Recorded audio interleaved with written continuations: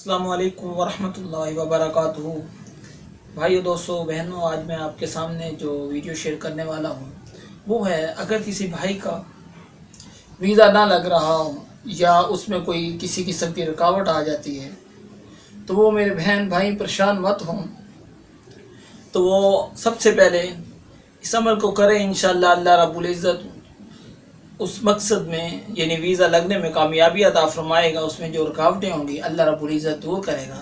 سب سے پہلے صدقہ کریں، اس کے بعد اول آخر 11 مرتبہ درود پڑھنے کے بعد اس آیت کا ورد کریں، امن یجیب المضطر اذا دعاء، سورۃ النمل، آیت نمبر 62، پارہ نمبر 20۔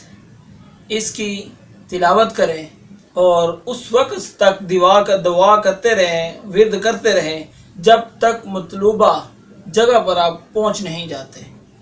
انشاءاللہ اللہ رب العزت جو بھی ویزے میں رکاوٹیں ہیں اللہ پاک اسے دور فرمائے گا۔